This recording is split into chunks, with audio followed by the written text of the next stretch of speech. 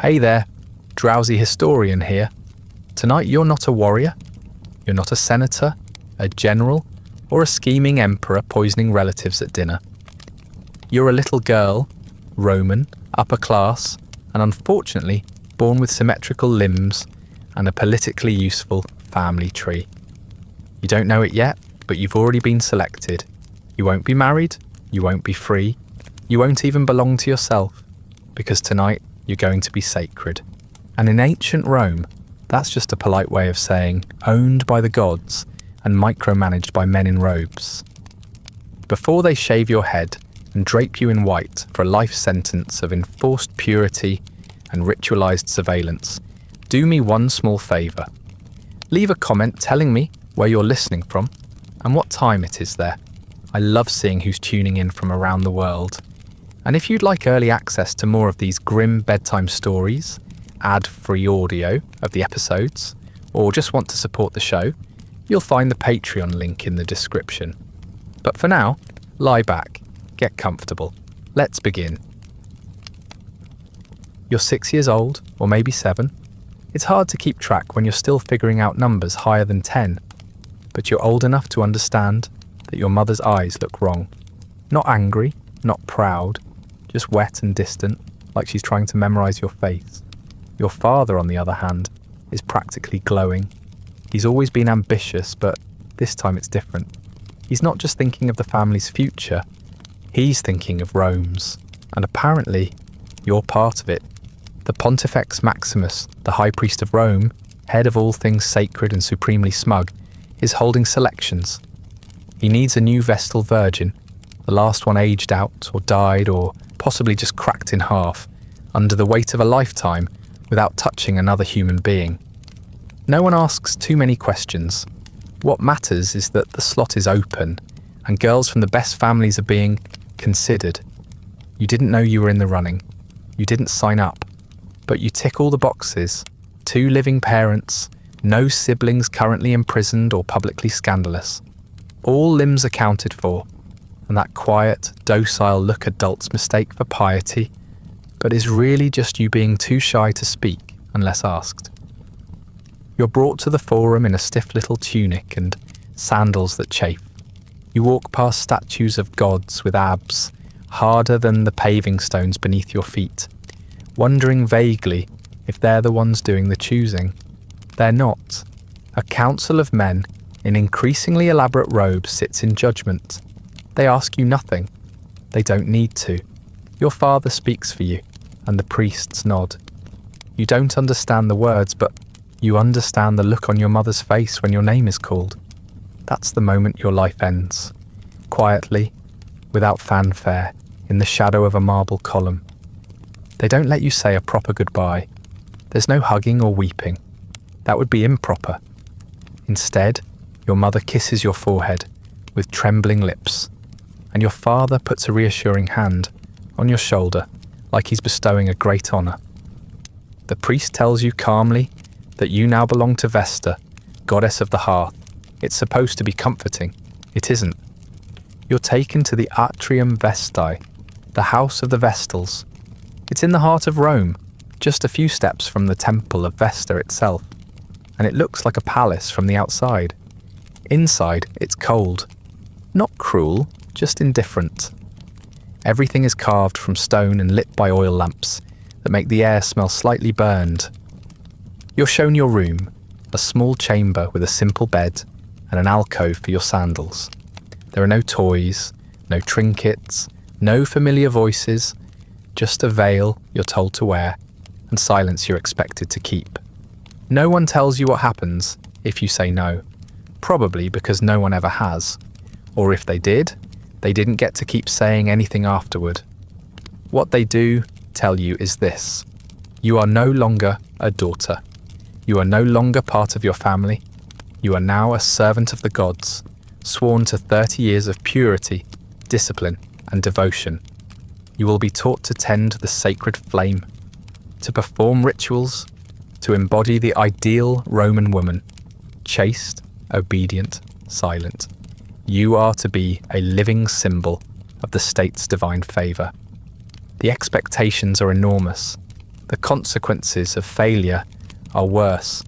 You miss your mother most at night. The marble floor keeps the chill long after the lamps are extinguished. You try not to cry because the walls carry sound too well, and Vestals are supposed to be composed. You lie on your back and stare at the ceiling, wondering what it means to be sacred. You don't feel sacred. You feel very small and very alone. The other girls don't speak much.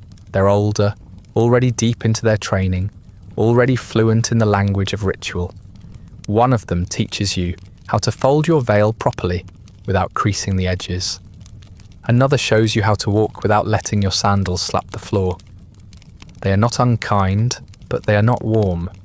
Warmth implies softness, and softness breaks. You will not break. That is the entire point of this. You begin your education. You learn prayers in archaic Latin that even most priests no longer understand. You memorize the calendar of rituals and the list of omens that must be interpreted before every public ceremony. You're taught to draw water from the sacred spring without splashing, to clean altars without bending at the waist, and to keep your eyes lowered in public, but never so low that you appear unaware of your surroundings. There are rules within rules, etiquette within etiquette. You never truly master them. You just learn to make fewer mistakes. One day, you ask if you'll ever see your mother again. The priest smiles thinly and says perhaps during a public festival. But of course you'll be veiled, and she'll be among the crowd, and neither of you will be allowed to acknowledge the other. That's not the answer you wanted. It's not even really an answer, but it's the only one you'll get. You are not special, not anymore. You're not a daughter or a child, or even quite a person. You are a vessel. You exist to be pure. You exist to serve. You exist to keep the flame alive, not just in the temple, but in Rome itself. If it goes out, the city panics. The Senate blames omens. The people demand justice. And justice, more often than not, comes in the form of burying someone like you alive. But that's not your concern yet. For now, you're just a little girl in a sacred house, wearing a veil that's slightly too large and trying not to shiver on the cold stone floor. Somewhere out there, Rome is burning incense to the gods, erecting statues and celebrating your selection. But here, in this quiet place of marble and shadows, you begin to understand. Sacred doesn't mean safe. It never has. The House of the Vestals is impressive. That's the word people like to use. Impressive. Grand courtyards, sacred fountains, columns taller than your father. Tourists pass by and call it beautiful. Even senators nod with approval when they pass the atrium. But you live here now, and from the inside, it doesn't feel impressive. It feels enormous and cold. The marble under your feet is always cold, even in summer. You sleep in a stone building designed not for comfort, but for control. It echoes too easily. Like everything you say is being recorded by the gods. You share the space with 5 other girls, each of them also property of the divine. Together, you form a little constellation of silence, drifting from ritual to ritual under the watchful eye of priests and statues and whatever higher power they claim is watching. The statues are the worst, blank-faced, smooth-skinned reminders that ideal Roman women are always made of stone. You're not allowed to run, not allowed to laugh. You tried once, just a small giggle during water fetching, and the look the senior Vestal gave you could have frozen lava. You haven't made that mistake again. Your days start early. The temple bells ring before dawn, and that's your signal to get up, bathe in silence, and prepare for the morning offerings. You dress yourself in layers, linen tunics, an underrobe, an overrobe, and of course the veil. The veil is white, always white, and it has to be arranged just so, never crooked or messy. If the gods are watching, the least you can do is look tidy while being slowly erased from history. You don't choose what you wear. You don't choose when to eat, what to learn, or where to stand. You are told, by the senior Vestals, by the priests, by custom. Everything here runs on custom, and custom does not tolerate deviation. The meals are simple and eaten in near silence, broken only by whispered blessings and the occasional warning glance. You aren't starved, but you're not fed richly either. Food is a necessity, not a joy. Joy is not on the schedule. You are trained in the duties of your sacred office, which mostly means you are trained to be invisible.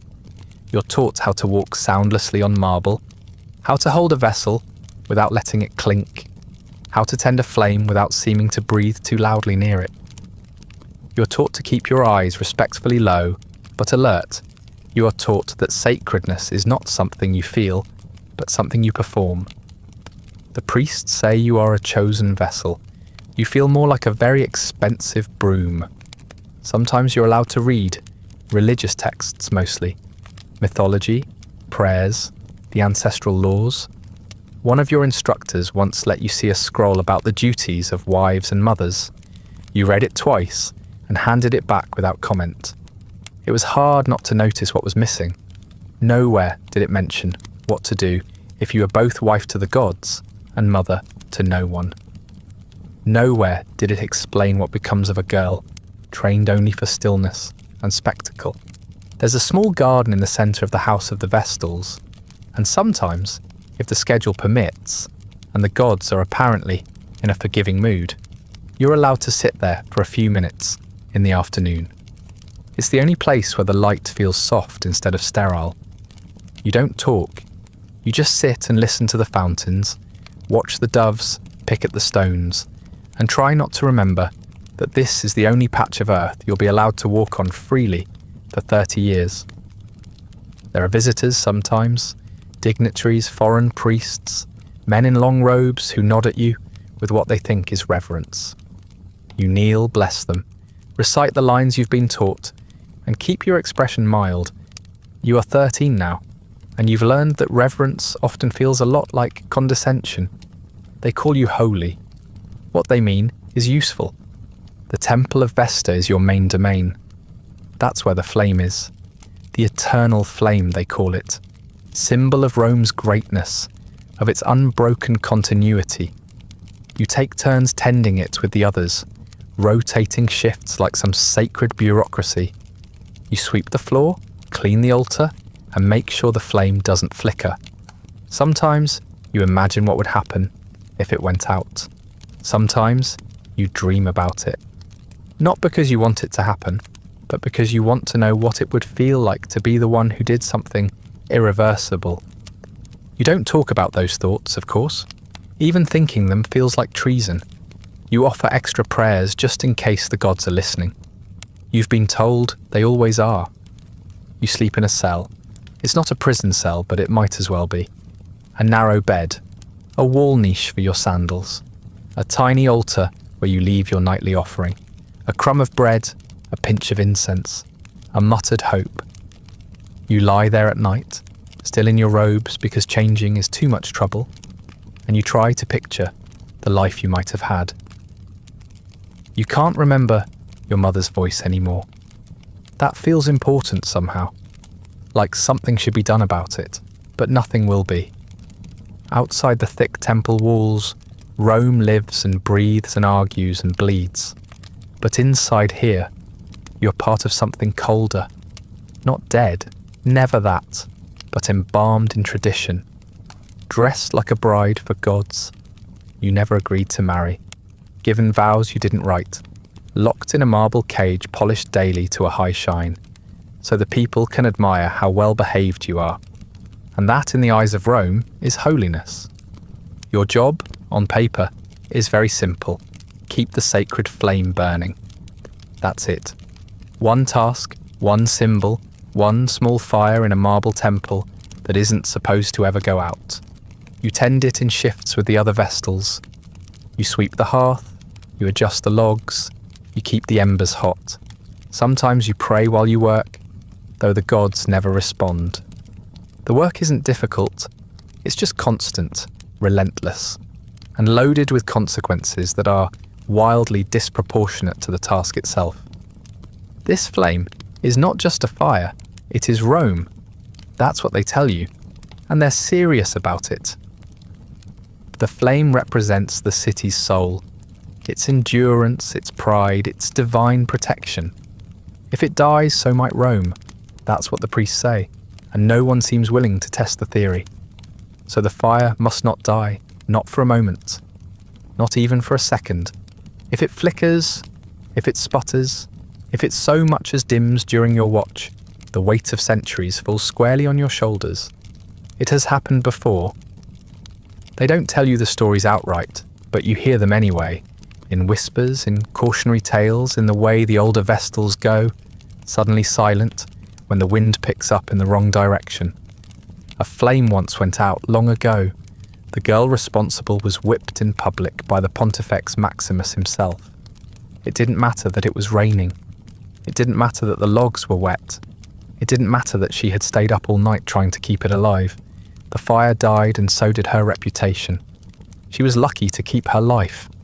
Others weren't so fortunate. There are rumours, always rumours, of girls who let the flame go out and were buried alive as if they had broken their vow of chastity. Because in Rome, failure is impurity, and impurity spreads. You don't just shame yourself. You shame the state, the gods, the emperor, if he's paying attention. The fire is never allowed to be just fire. It is politics, religion, tradition, and fear, all wrapped in the flickering glow of something that can kill you if it dies. You've never been whipped, not yet. You've never let the flame go out, not yet.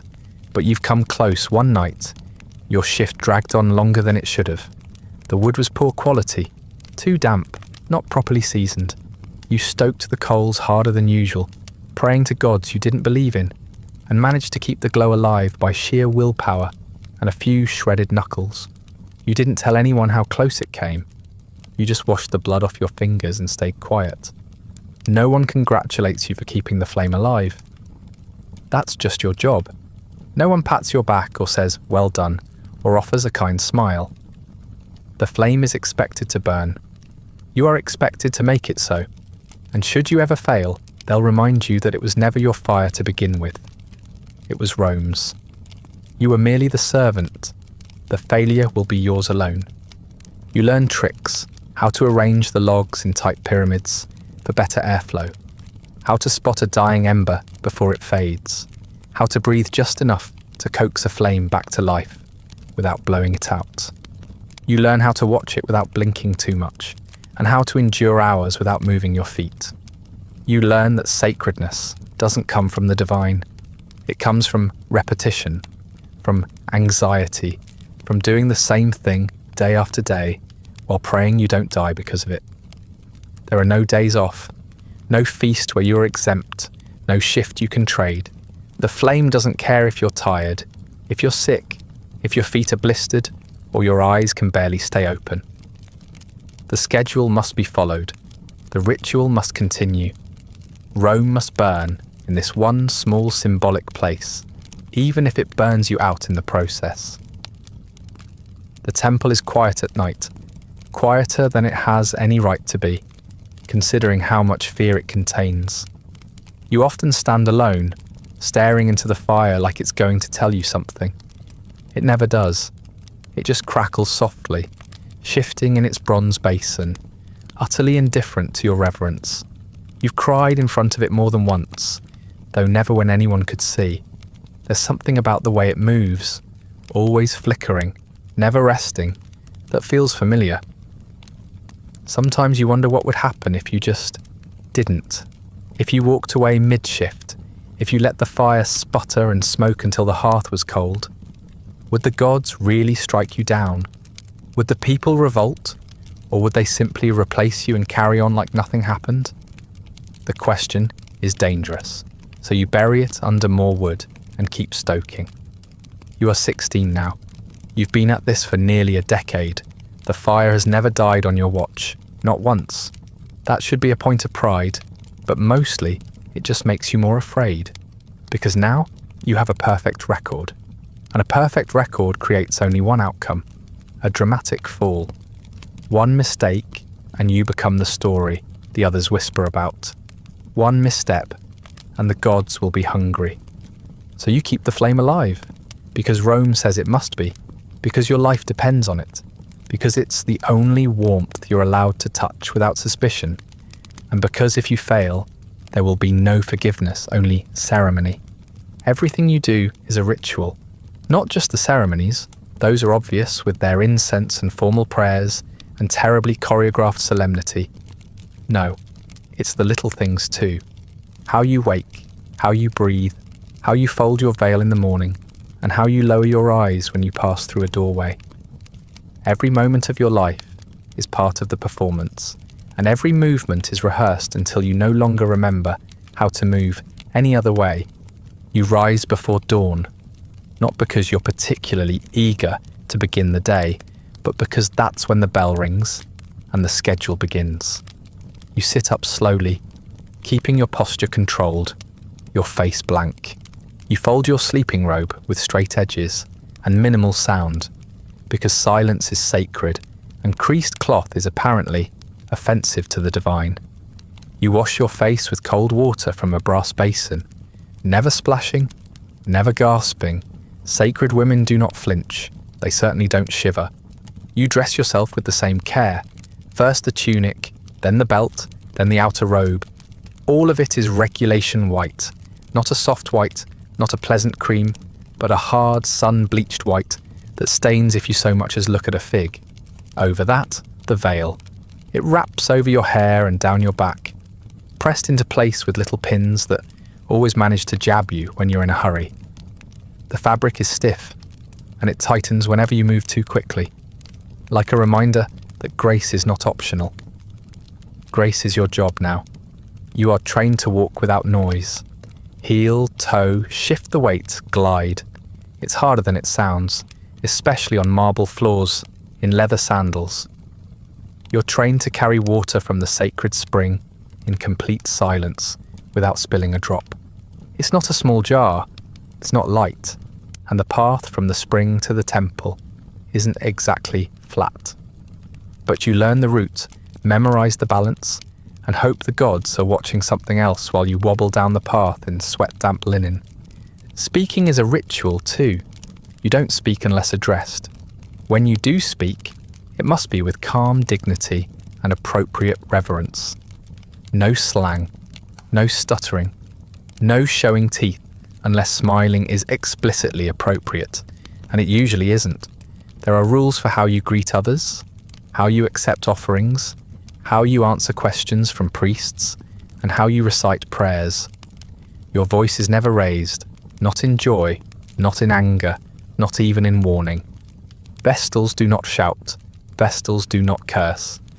Vestals, if they are wise, do not express anything, unless it's already been approved by tradition. You begin to lose track of what's you and what's performance. The boundaries blur. At first, you thought of the robes as a costume, uncomfortable but removable. Now, years in, you realise the robe is the only part of you that matters. You aren't seen as a girl or a person or even a name. You are white cloth and silent footsteps. You are a figure, a symbol, a walking emblem of Roman virtue so tightly wound in ceremony that breathing wrong could be interpreted as sacrilege. Even the way you eat is controlled. You eat in the atrium, at a long table with the others, beneath a fresco of Vesta that watches you with benevolent indifference. The meals are plain: bread, cheese, lentils, and always consumed in near total quiet. A senior Vestal begins with a blessing. The rest of you murmur your thanks. No one gulps, no one fidgets, and no one dares spill anything. Not because of etiquette, but because the table is also part of the performance. People sometimes observe you from the doorway. Important people, foreign visitors, senators' wives. You never know who might be watching, and you've learned not to ask. There's a ceremony for everything. Lighting the lamps, entering the temple, beginning your daily instruction. You'd think the gods would get bored of being constantly flattered, but apparently not. You're told that every ritual you perform strengthens the city, that Rome stands because you do, that your discipline holds back chaos. No pressure, obviously. You no longer know what your real posture looks like. Your back is always straight, your arms are always at rest, your hands stay folded unless assigned a task. When you sit, it is with care. When you rise, it is with ceremony. You've learned to sweat without fidgeting, to itch without scratching, to ache without moving. Your muscles are obedient, your face is still. This is what it means to be sacred in Rome. Complete and utter control at all times, in all things. You still remember how you used to move, as a child before the veil. You remember running once across your family's courtyard, barefoot and wild, with your hair loose and your voice echoing off the stone. You remember laughing so hard you dropped the amphora you were carrying, and your mother scolding you half-heartedly through a smile. That memory has become a kind of mental contraband, something you only let yourself visit in secret when you're sure no one is looking. It's not sadness exactly, it's distance. You've been hollowed out and filled with rituals, and there's no space left for anything else. You are a symbol now. Symbols don't eat with their fingers.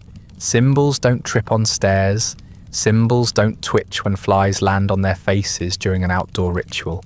You are the idea of purity, not the person beneath it.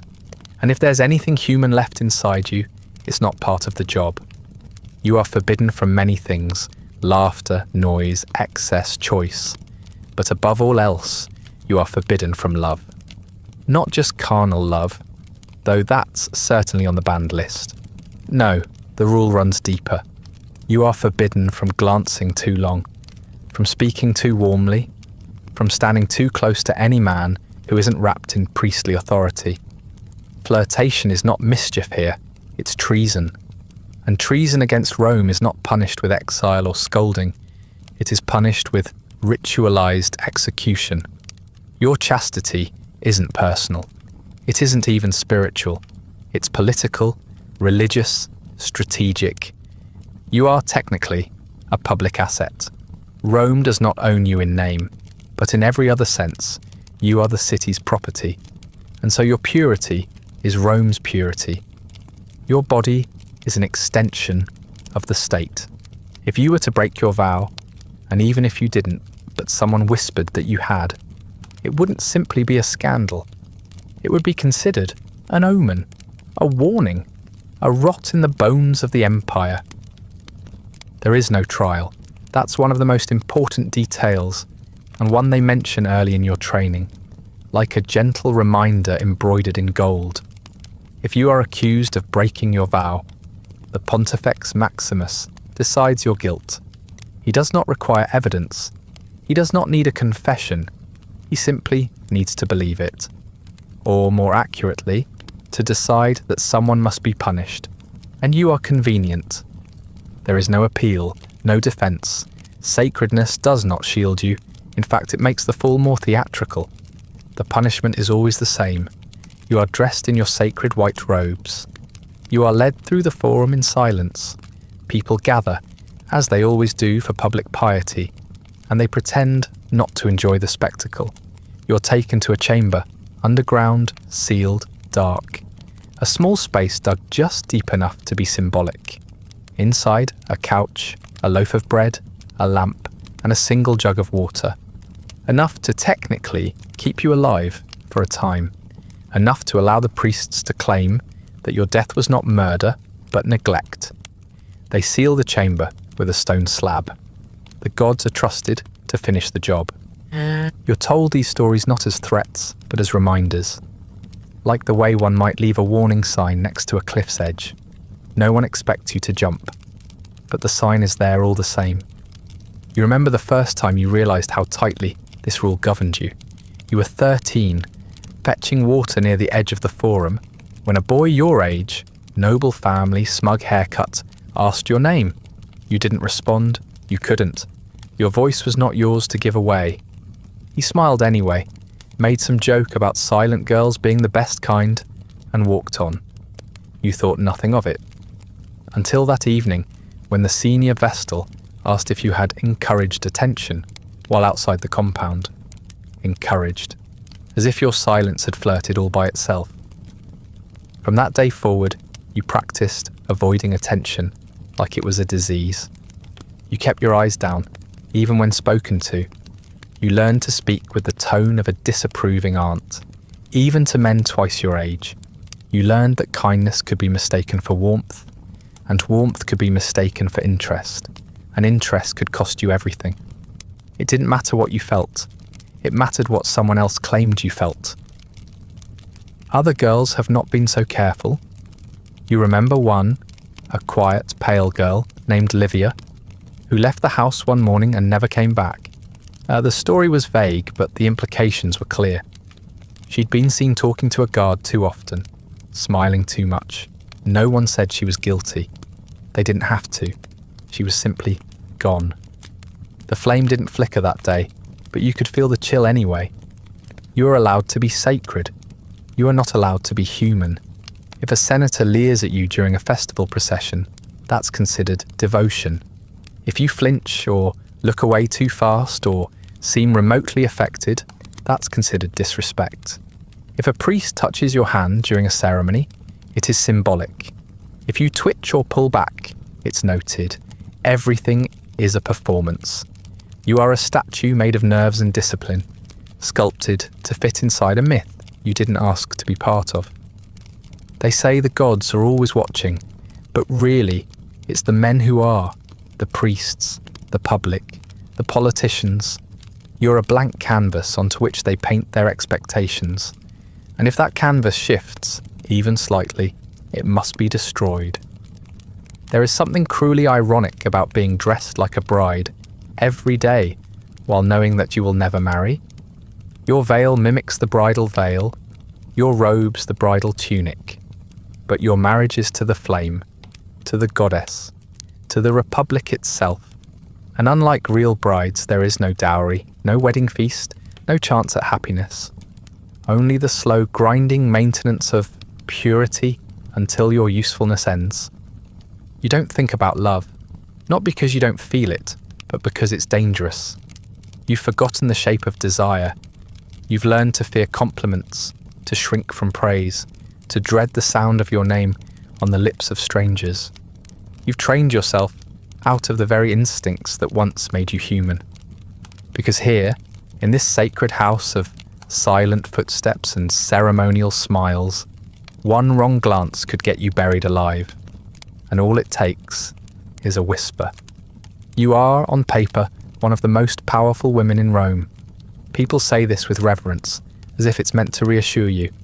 As a Vestal Virgin, your presence is considered sacred, your touch legally potent. You can grant clemency to a condemned man simply by brushing his shoulder. You can validate a will, void a marriage, or prevent an execution with a single word. The crowds part when you walk through the forum. Senators bow their heads. Even the emperor is expected to show you respect.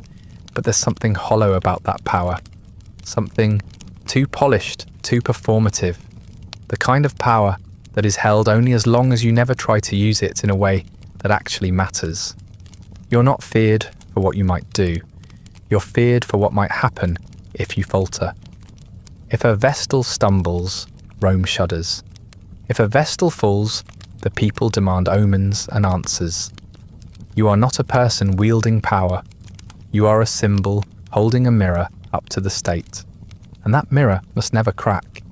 You learn quickly that your influence is ceremonial. Yes, you can technically free a slave, but only if someone else places that slave in your path and publicly asks you to intervene. Yes, you can stop an execution, but only if you arrive before the blade falls, and only if the condemned man can reach you. It's like being given a sword made of gold, impressive to look at, but useless in battle. Your authority is stage managed, your decisions rehearsed in advance, your miracles conveniently timed. The men in power love to gesture toward your status when they want to prove how enlightened the Republic is.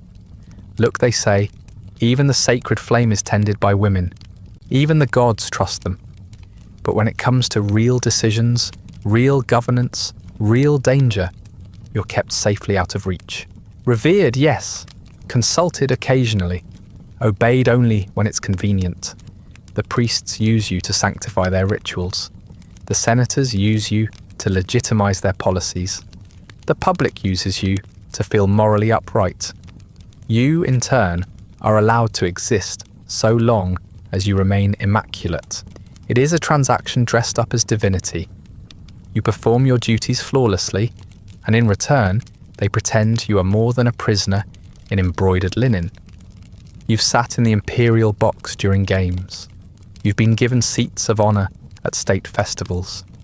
You've been offered gifts, fruit, cloth, statues carved in your likeness. But none of it belongs to you. It belongs to your office. If you were dismissed, disgraced, or even quietly retired, the honor would vanish with you. They'd smile at your replacement just as easily. They wouldn't remember your name in a year. You're not allowed to express opinions, but everyone seems convinced you have them. They project dignity onto your silence, wisdom onto your composure. They act as though your every glance is a cryptic statement, a sacred insight.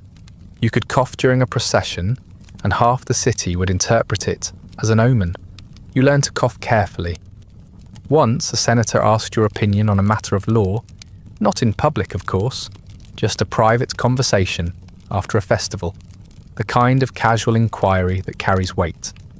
You answered him with the official phrase you'd been trained to use, polite and non-committal. He smiled, nodded, and walked away. 3 days later, you heard he'd used your answer as evidence in a debate, citing you as the moral compass of Rome. You hadn't said anything of substance. That apparently was part of the charm. There is danger in being idealized. When people think you're perfect, they stop forgiving you for being human. And in your case, they stop acknowledging that you were ever human in the first place.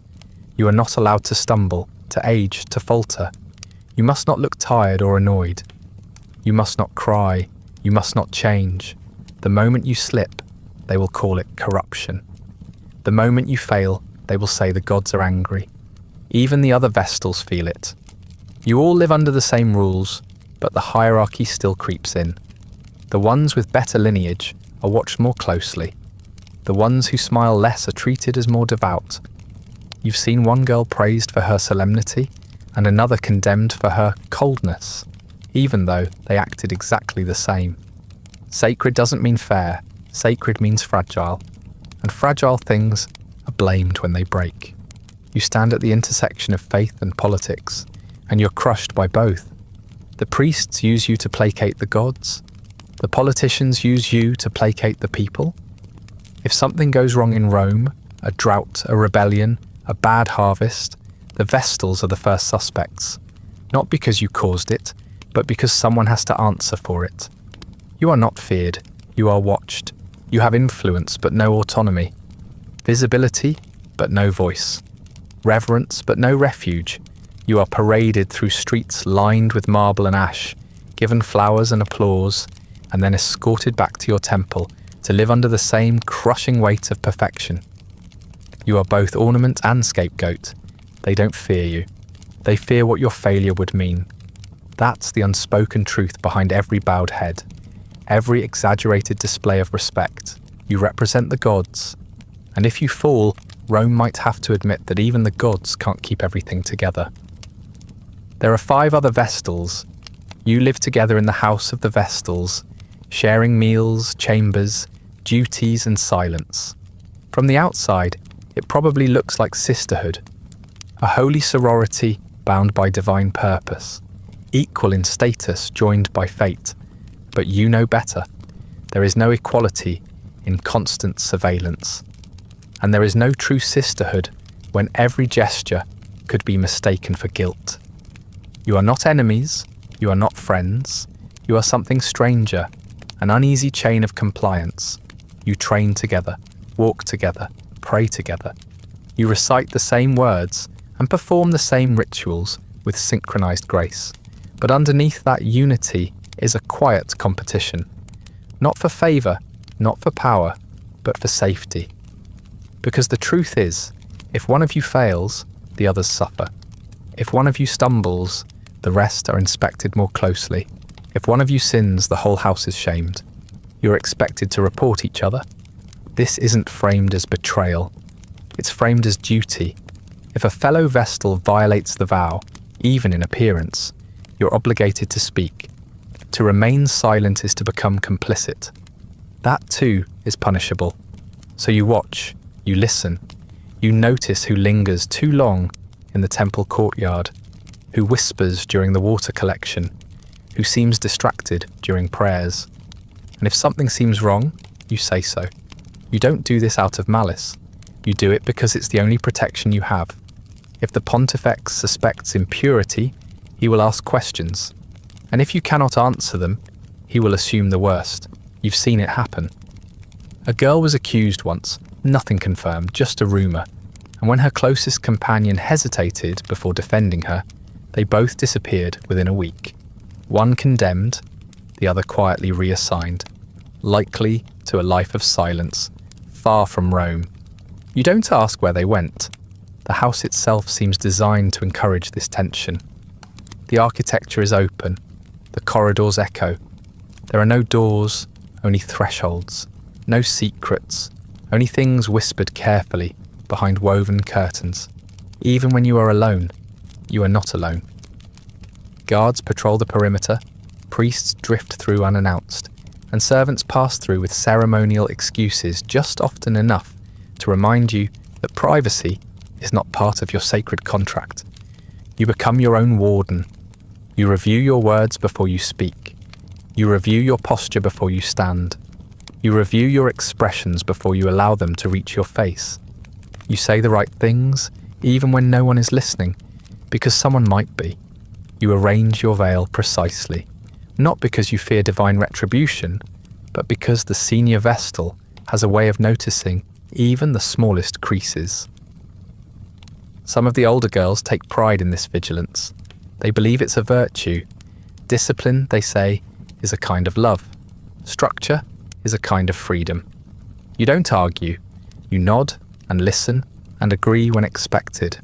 But in your quieter moments, you wonder if they really believe it, or if they've simply been repeating the phrase for so long, they've forgotten how to question it. There are moments of softness, rare, unspoken ones. A shared glance when a priest mispronounces a prayer. A hand brushing yours beneath the altar when the oil burns too hot. A muffled laugh when someone sneezes during a purification rite. These are not friendships exactly, but they are reminders that you are still alive beneath the veil, that the other girls are too, but such moments vanish quickly, swallowed by the rules. The youngest of you is 11. She cries at night sometimes, though she tries not to. The older girls pretend not to hear her. You leave her an extra blanket once and pretend you didn't. She never mentions it, but her nod the next morning is enough. You don't speak about it because kindness is not part of your official duties, and too much affection could be mistaken for secret keeping. The truth is, you trust no one entirely, not because they are untrustworthy, but because you've been taught that trust is dangerous. You don't confide, you don't confess. If something frightens you, you pray about it silently. If you make a mistake, you correct it quickly and without witness.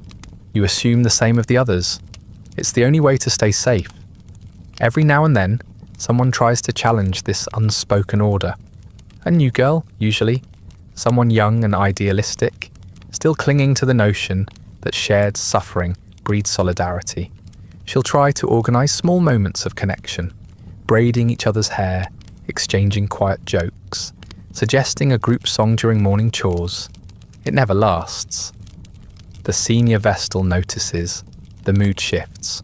A warning is issued, nothing harsh, just a reminder about decorum. The girl learns, or she doesn't, and she becomes a cautionary tale. The priests like to call the Vestals a family. They say you are daughters of Rome, bound by a higher calling. It's a convenient fiction. Families forgive. Families offer comfort. Families hold you when you're scared. This place offers none of that. It offers purpose, yes. Clarity, yes. But not love, not comfort, only vigilance. You have memorized the art of staying neutral. Not too cold, not too warm. Not too distant, not too familiar. You greet each Vestal with the same tone, the same nod, the same carefully measured level of respect. Anything more is favouritism. Anything less is disrespect. In the house of the Vestals, balance isn't just important. It's survival. You do not hate the other girls. You do not love them either. You simply exist beside them, moving through a shared labyrinth of expectation. And in the end, perhaps that is sisterhood in Rome.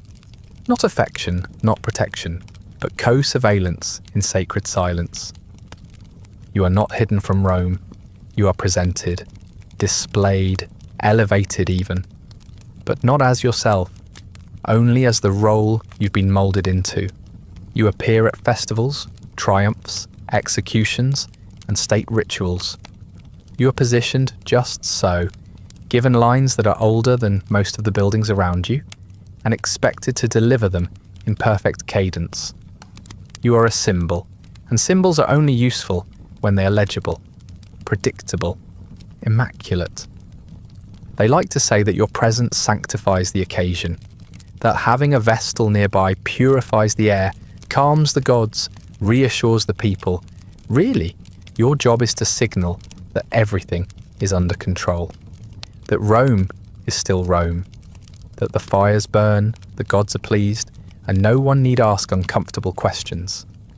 You're like a divine stamp of approval, only with better posture and significantly more embroidery. You've stood beside generals returning from war, watching as prisoners shuffle past in chains while the crowds cheer. You've watched condemned criminals march to execution, your presence supposedly offering spiritual balance to the violence. You've appeared at the crowning of priests, the inauguration of bridges, the blessing of new roads. Sometimes you don't even know what you're blessing until after the fact. It doesn't matter. The ritual is the same. The city is fed its performance. You are never the centre of attention, but you are always in the frame. The people don't come to see you, not exactly, but they'd notice if you weren't there. Your absence would make them nervous. Your presence is a kind of reassurance. Even the most brutal spectacle is easier to digest when a Vestal stands nearby, serene and composed, implying that the gods are watching and apparently unbothered. No one asks what you think. No one even pretends to care. The idea that you might have thoughts, real, unfiltered, unsanctioned thoughts, would be deeply unsettling to the system. Your value lies in your silence, in the assumption that your beliefs align perfectly with your role. You don't even ask yourself what you think anymore. There's no space for it. The rituals come too quickly, too often, and always on schedule. Introspection is not on the calendar. Before each event, you're prepared like a ceremonial object. Your robes are inspected. Your veil is adjusted.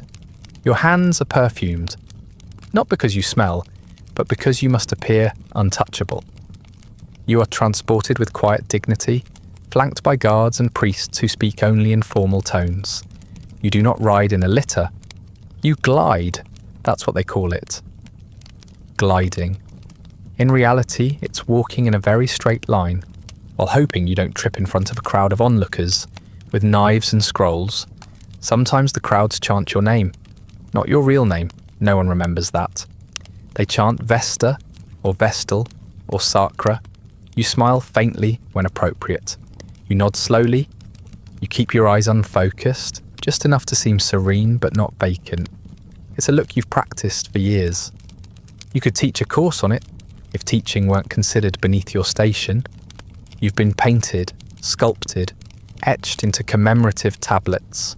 Your face, or at least the idea of your face, has been frozen in time by artists who were told to capture holiness. You've seen these images and they don't look like you. They don't look like any living person. They look like an ideal, pale, placid, untouchable. If you pointed out the difference, no one would understand why it matters. The symbol is always more valuable than the source material.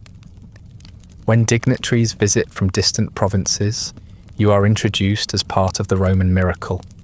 Behold the sacred virgins, proof that Rome is blessed disciplined, eternal. You recite the blessings you've memorized, bow at the right moment, and accept their awkward compliments with silent grace. Some of them look at you like you're a ghost, others like you're a prize. You've learned to see the difference. There are ceremonies that last hours, where you must stand still in the sun while priests chant to indifferent gods, and magistrates read decrees no one will remember. You cannot shift your weight. You cannot wipe the sweat from your temple. You cannot sigh. One year, a younger Vestal fainted during a particularly long solstice rite.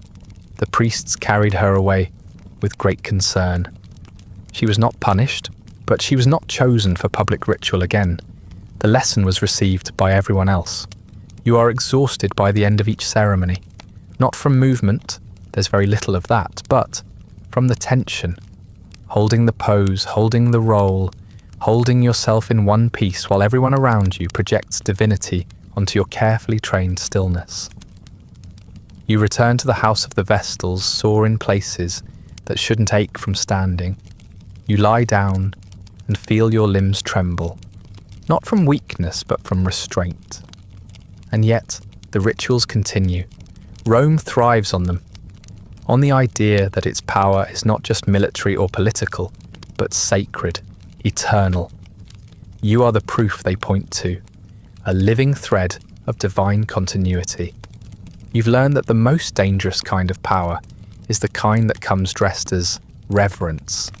People will revere you right into the ground. You are the embodiment of sacred silence, of composure, of grace. You are what the empire wishes Roman women would be: obedient, beautiful, dignified, and above all else, quiet. Rome doesn't need you to lead.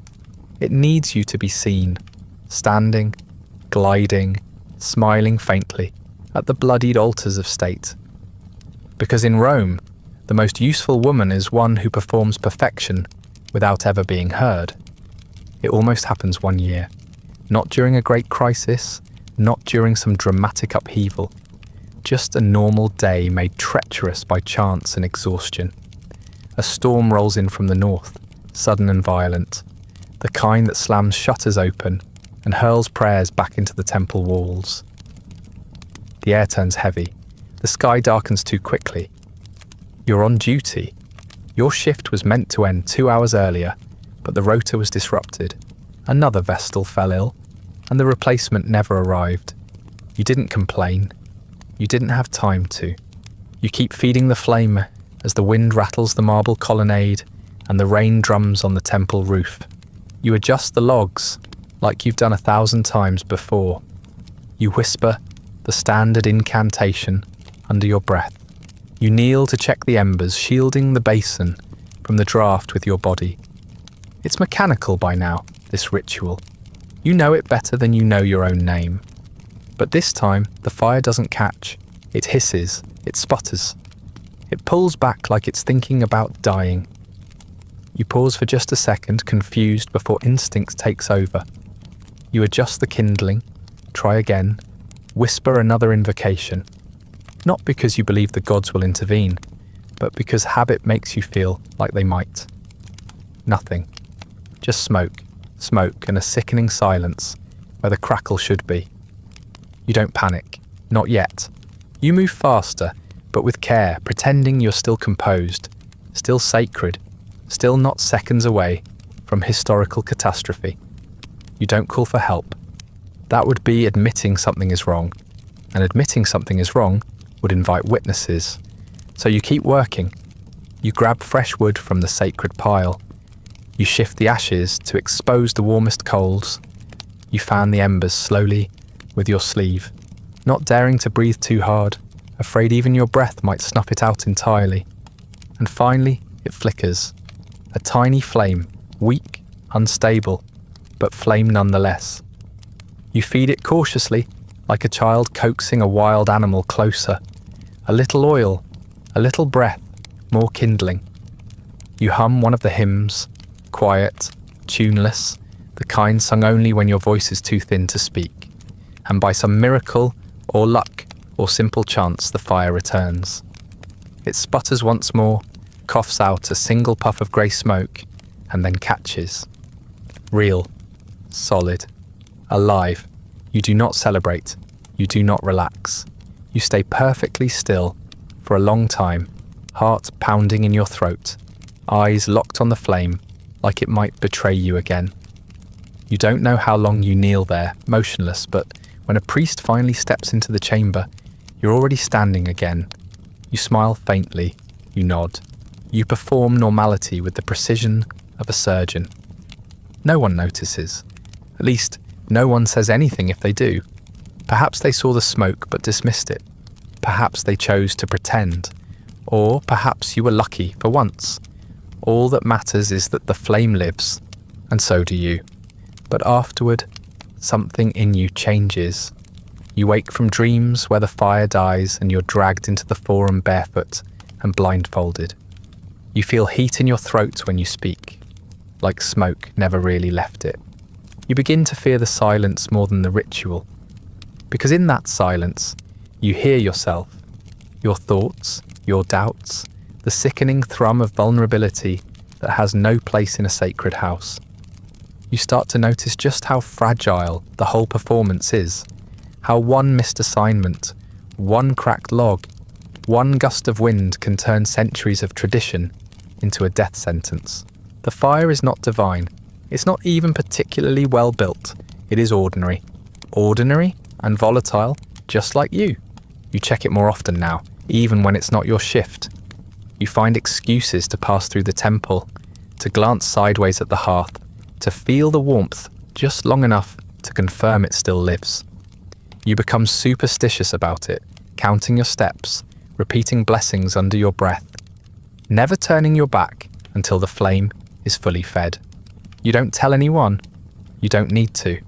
They'd call it devotion. You know it's fear. The rota was adjusted after that week. No one mentioned your extended shift. No one asked why you looked pale for 3 days. The other girls noticed, of course, but they also understood. In this house, trauma is not discussed. It is refined into deeper ritual, more precision, more silence. You aren't allowed to admit that you nearly died. Not because the flame would have killed you, but because Rome would have. You think about what would have happened if it had gone out. The ceremony, the punishment, the stone chamber, the loaf of bread, and the oil lamp, the applause as the slab was sealed. You can picture it too clearly. You've seen it rehearsed before, in the stories, in the warnings, in the eyes of the senior Vestal, who once told you that accidents do not exist in sacred spaces. And now, when you kneel beside the flame, you don't feel reverent. You feel watched, not by gods, but by the weight of expectation. The unbearable pressure to be perfect, to be a symbol, to hold your breath while the wind howls through the columns and the empire rests on a spark no larger than a candle's whisper. You survived, this time, but you know the margin is razor thin, and the next girl who fails may not be as lucky, or maybe the next time it will be you again. And no matter how tightly you grip the rituals, no matter how carefully you kneel, there will be a day when the wind blows just wrong, and the fire, indifferent and eternal, won't come back. You've heard the stories, everyone has. They're passed around like smuggled prayers, quiet, incomplete, and always with an edge of warning. Not told outright, of course, not during instruction, and certainly not by the priests, but whispered at night, or shared in half-finished thoughts as someone folds her veil a little too tightly. Stories that aren't part of the official rites, but are carved just as deeply into the foundations of the House of the Vestals. There's Tuccia, the one they always mention first. She was accused of what no one really says anymore. Impurity, naturally. It's always impurity, but she proved her innocence, supposedly, by carrying water in a sieve from the Tiber to the temple. The gods kept it from spilling. A miracle, they say. A sign that she was sacred, not spoiled. You've tried to picture it. The way she must have walked, slow and terrified, not knowing whether the gods would cooperate. You wonder what would have happened if the water had fallen through. No one tells that part. Then there's Cornelia. That story is quieter. more tragic. She was found guilty, not by evidence but by suspicion. They say she looked too happy one spring, that she lingered near a visiting magistrate too long, that someone saw them speaking during a festival. Whatever it was, it didn't matter. She was buried alive beneath the city, in a sealed chamber, like the one you've dreamed about more than once. Her name was never fully cleared, just another shadow behind a ceremony. Aulus was the man she was accused of loving. No one talks about him much. That's how you know it mattered. He vanished shortly after Cornelia's sentence. Some say he fled Rome, others say he was executed quietly. A few claim he joined a distant legion and died in some forgettable skirmish, bleeding for a city that had already erased him. You've never seen his name in the temple records. That too feels deliberate. You're never told these stories directly. You gather them over years, scraps of overheard conversation, sharp glances exchanged between older girls, strange silences in the middle of lessons. They're warnings wrapped in myth, presented just vaguely enough to avoid consequence, but clear enough to chill your blood. The message is always the same. The gods are watching, and the city is worse. Sometimes you wonder how many of the stories are even real. Maybe Tuccia's sieve never held water. Maybe Cornelia was never guilty. Maybe the whole narrative was written afterward to justify a punishment that had already been decided. Rome has a talent for rewriting shame into sacrifice, especially when the dead can't object. You try not to think about what story they'll tell about you. Not now, not yet. But you know it's coming. Whether you die young or live to be released at 40, your life will be flattened into a tale, a model of virtue or a cautionary failure. You won't be asked how you felt, or what you feared, or whether you ever dreamed of walking barefoot outside the city walls. They'll call you holy if you're lucky. They'll call you tragic if you're not. You've read enough inscriptions to know how this works. The marble plaques with their carefully carved phrases. She kept the flame. She served the goddess faithfully. She was chaste and beloved. None of them mention the cold flaws, the endless fear, the pressure to never blink the wrong way. The history of your life will be written by people who never once had to live it. Every so often, someone asks if you want to be remembered, if you hope to be immortalized in temple murals or listed among the great Vestals of old. You smile, nod politely, and give the answer they want to hear. Of course, who wouldn't want to be remembered? But deep down, you're not sure. Being remembered by Rome often means being misremembered. Your silence mistaken for serenity. Your obedience rewritten as joy. The younger girls ask questions sometimes. Not the ones they're supposed to ask, but the dangerous ones. What if she was innocent? What if the gods weren't watching? What if the punishment was for something else? You never answer directly. You've learned how to respond with a change of subject, a soft rebuke, a mention of duty, but the questions linger. You carry them with you, like invisible offerings, small unspoken truths that don't belong in the temple, but refuse to leave. There are moments when the veil slips, metaphorically at least, late at night, between ceremonies, when the older Vestals sit in the garden, backs straight, faces composed, and someone says a name with a tone that isn't quite reverent, a moment of shared memory that doesn't align with the official version. You cling to those moments. They remind you that beneath the ritual, there are women here, women who remember, women who know, but you also know the limits. You can whisper, you can wonder, but you cannot act. To question too openly is to invite attention, and attention, in your position, is lethal. So you stay quiet. You let the stories hover in the margins of your mind, just out of reach. You tell yourself they're just history, that they happened long ago, that Rome has changed. And yet, every time you hear a rustle in the hall at night, every time a priest lingers too long after a ceremony, every time the pontifex glances at your road during a festival, the old stories come back. not as myths, but as warnings. Because you know the truth now, even if no one says it aloud. The veil is thin, the role is fragile, the line between veneration and condemnation is razor sharp. And no matter how careful you are, someone will always be writing your story for you. 30 years later, you're released. Technically, there is no ceremony, no great parade, no final blessing, just a quiet acknowledgement from the priests that your service is complete, your vow fulfilled. They nod with practiced gravity and tell you that you may now leave the house of the Vestals, as if walking out the front gate will somehow return you to the world you left behind, before your voice had even settled into adulthood. You step outside with the same composure you've always worn, because sacredness doesn't evaporate just because the job is finished. Your veil is lighter now. Your hands tremble slightly, but you hold them steady. The marble threshold beneath your feet is familiar, but beyond it, everything feels impossibly distant. Rome is louder than you remember, dirtier. It always was, of course, but the silence of the house had softened it. Now, every market cry and sandal scuff sounds like thunder. You have no home to return to. Your family's gone, buried, exiled, or simply erased by time. 30 years is a long silence. Brothers become strangers. Parents become names etched on tombs. No one writes to a Vestal, no one visits. The purity of your station demanded isolation, and now that purity has turned to dust in your hands. You are free, they say. But freedom, like fire, is only comforting if you know how to hold it. You have no dowry.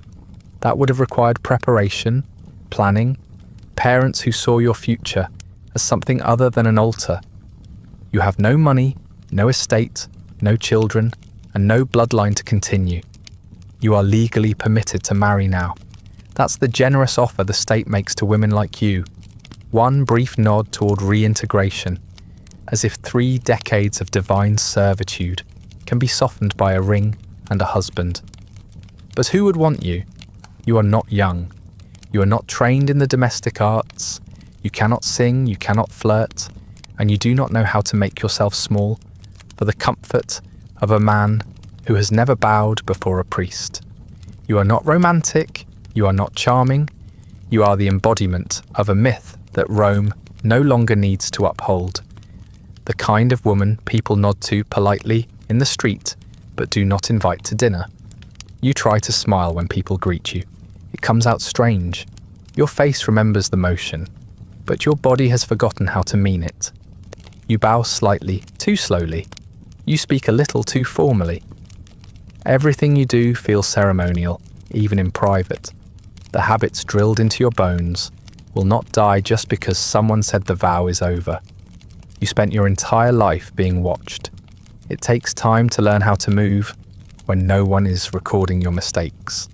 You consider returning to the temple, not as a priestess, but as a visitor. Maybe you'll feel something there, some connection. But when you approach the outer steps, you're met with confused looks. The younger Vestals don't recognize you. The priests don't remember your name. You realize, with an ache deeper than shame, that you no longer belong there either. So you wander. You try to learn the rhythms of the city again. You visit the forum, though no one parts for you now. You shop in the markets, fumbling with coins you barely understand. You ask for directions and receive them with impatience or pity. You sleep in a borrowed room, the floor unfamiliar and somehow colder than marble. The world outside the temple is not cruel exactly, just indifferent, and you're not equipped for indifference. You begin to vanish in small ways, first from the memory of the priests, then from the lips of the public. The people who once bowed in your presence now barely glance your way. You are not sacred anymore. You are not feared. You are not useful. You are something awkward, something Rome prefers not to examine too closely. A living relic who kept her vow and came back to find that no one was waiting. You try to pray, but the words feel dry in your mouth.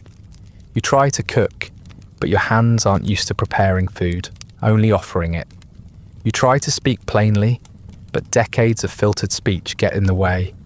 You realize slowly and without ceremony that you have no identity outside the flame. You were made for a purpose. That purpose has ended. What remains is debris. Other retired Vestals exist somewhere. You've heard of them.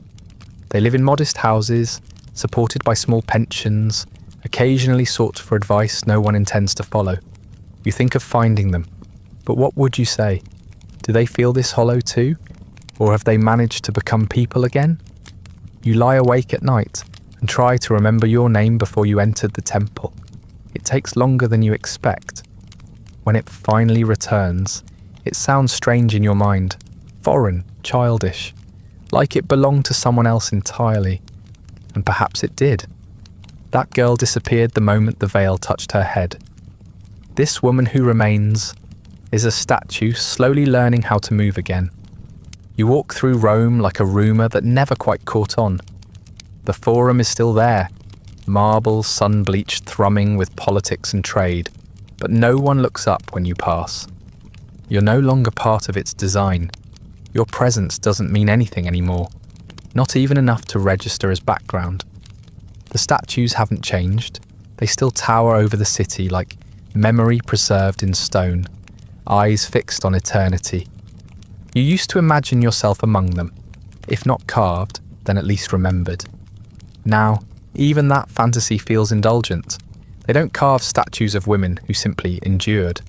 Sometimes you pass by the temple, not to visit. You're not welcome there. You're a former Vestal now, useful once, but no longer part of the performance. You watch the newer girls walk in procession, robes stiff, eyes lowered. You remember what it was like to move like that, to hold your breath in case someone mistook it for irreverence. You wonder if they feel the same quiet panic beneath the surface, or if they still believe it's holy. What stings most isn't being excluded. It's how easy it was, as if the 30 years you gave the city were nothing but wax melted away the moment the flame passed to other hands. The few priests who still recognize you nod with vague politeness, grateful perhaps that you didn't become a scandal. That's the highest praise a retired Vestal can earn. You didn't disgrace the marble. You once believed that being sacred would make you unforgettable, but Rome doesn't remember people. It remembers myths, and myths can be replaced. You've tried to build new routines. You wake early, not because you must, but because your body still expects the bell. You fold your shawl with the same reverence you once gave your ceremonial veil. You whisper old chants without meaning to, not because you believe they matter, but because silence feels wrong without them. It's not grief, not exactly. You don't want to go back, but there was clarity in that life, however cruel. Every action had a reason, every breath a ritual. Now you buy figs and bread and wonder if you're spending your coin too quickly. You were taught how to carry water without spilling a drop, but not how to argue with vendors. You were trained to bless armies, but not to rent a room. And yet you adapt, slowly, reluctantly. You learn to speak in contractions. You learn how to curse, though it still feels like blasphemy in your mouth. You learn to laugh, quietly at first, then louder. It shocks you every time, that your voice can sound like that, unmeasured, unguarded, alive. You watch the new Vestals during festivals. One of them reminds you of yourself, not in the shape of her face, but in the way she folds her hands when nervous, fingers twitching beneath the sleeves. You wonder what her story will be, what rumours will cling to her when she's gone, what lesson she'll be twisted into. You know how they'll talk about you. You've already overheard pieces of it. A quiet one. Never faltered. A model of restraint. You want to laugh. You want to interrupt and say, "No, I was terrified. I was numb. I was a girl trying not to die under marble." But no one would believe you. The past is only sacred once it's been cleaned up for public use. Sometimes you dream that you're back in the house, not as a Vestal, but as a statue in the atrium garden. Cold, still watched. The girls walk past you without seeing. You are both witness and warning. You wake from those dreams aching in your joints, breath shallow, heart pounding, like you've just been sentenced again. You miss the marble, not because it was kind, but because it was consistent. Because there was comfort in knowing where to stand, what to wear, when to speak. You didn't have a life, but you had rules. Now, in their absence, everything feels weightless. Choices, freedom, possibility, they all hang around you like questions you don't know how to answer. The city moves on. The rituals continue. The flame still burns. You tell yourself this is good, that Rome stands because you did, that your sacrifice had meaning. But late at night, alone in your room, you wonder if the fire would have burned just as brightly without you. You walk through the streets, sacred no longer, remembered only in the places where memory is a matter of convenience, not feared, not revered, not condemned, just irrelevant. A relic with lungs, moving through a city that has already replaced you with newer girls and cleaner stories. You do not speak of your past unless asked. Even then, you offer the version that feels least confusing, the version they expect. They nod, they smile, they say you were lucky, and maybe you were, but some nights you miss the silence. Not because it was peaceful, but because at least then you knew who you were supposed to be. You were chosen, but not for who you were, not for your thoughts, your dreams, your cleverness or your kindness, not even for your obedience, not really. You were chosen for your body's eligibility, your lineage, the unbroken status of your parents, the smoothness of your skin, the symmetry of your limbs. You were a candidate because you fit a shape Rome had already drawn, and once selected, you were pressed into it until all the parts that didn't conform were shaved away. You were sacred, but never safe. That's the paradox no one ever explains at the start. The holier you were declared, the closer you stood to danger. One misstep, one rumour, one ill-timed gust of wind could pull the entire system down on your head. Sacredness wasn't a shield. It was a pressure cooker, a spotlight you could never step out of, even when you trembled under its heat. There was no room for fear, no allowance for doubt, and certainly no protection if someone decided you had failed. You were free to serve, but never to leave. Rome loves that kind of freedom, the kind that comes with fine print. You were called exalted, but your hours were scheduled to the minute. You were told, you were honoured, but your words were filtered through the mouths of priests. You were permitted to bless crowds, but not to touch a man's hand. You were fed, clothed, and praised, but never trusted with your own fate. The doors of the temple were open to let others see you, not for you to walk away. Your body was never yours, not once, not at 6 years old, when the Pontifex Maximus laid his hand on your shoulder and said the gods had claimed you. Not at 13, when your voice was still cracking and they taught you how to speak without inflection. Not at 20, when you spent every waking moment trying not to make the wrong gesture. And not at 40, when they finally said your service was complete and you stepped out into a world that no longer knew what to do with you. At every stage, your body was a vessel, for the goddess, for the flame, for the idea of Rome itself. You belonged to others, to the city, to the gods, to the crowds that cheered your silence and purity without ever wondering what you thought. You learned not to think too deeply, because thought was a crack in the marble. You learned not to feel too much because emotion was dangerous in someone so publicly owned. You gave yourself over, piece by piece, until nothing truly private remained. Even your prayers were public performance, and now that it's over, you aren't sure who's left. You have a name, but it doesn't feel like it fits anymore. It's the one you were born with, the one your mother whispered on the day they took you, but it hasn't been spoken in decades. You're used to titles now: Vestal Virgin, Priestess, Sacred One. You've been addressed with deference and distance for so long that your name sounds wrong in your own mouth. You say it sometimes, quietly, to see if it still means anything. It doesn't. You have a body, but it feels borrowed. Everything you wore was chosen for you. Everything you touched was symbolic. Every motion you made was for the eyes of others. Now, when you move through a crowd, no one watches. That should be a relief. It isn't. The freedom is weightless and unfamiliar, and you find yourself standing too still, walking too softly, waiting for correction that never comes. You don't know how to take up space without permission. You have thoughts again, but they frighten you.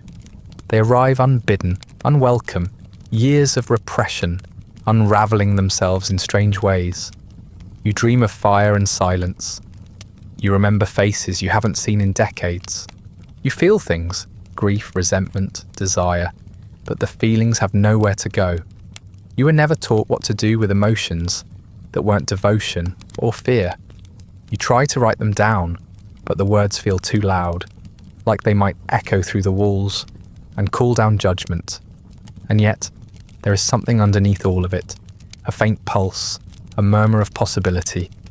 It's not hope, not yet, but it is curiosity, a flicker of self, untouched by ceremony, a part of you that existed before the veil and survived behind it. You catch glimpses of her in the mirror sometimes, in the line of your jaw, in the way your eyes narrow when someone lies to you. She's smaller than you expected, but she's still there. You wonder what kind of person you might have been, if your life had been your own, if you'd married, had children, fought in arguments where your voice wasn't sacred but simply yours. You wonder if you would have laughed louder, or cried harder, or danced without thinking of form. But these are the wrong questions. Not because they're painful, but because they assume there was ever a choice. There wasn't. Not really. You kept the flame alive. You wore the veil. You said the prayers. You were what they needed you to be. And Rome endured. That was the deal.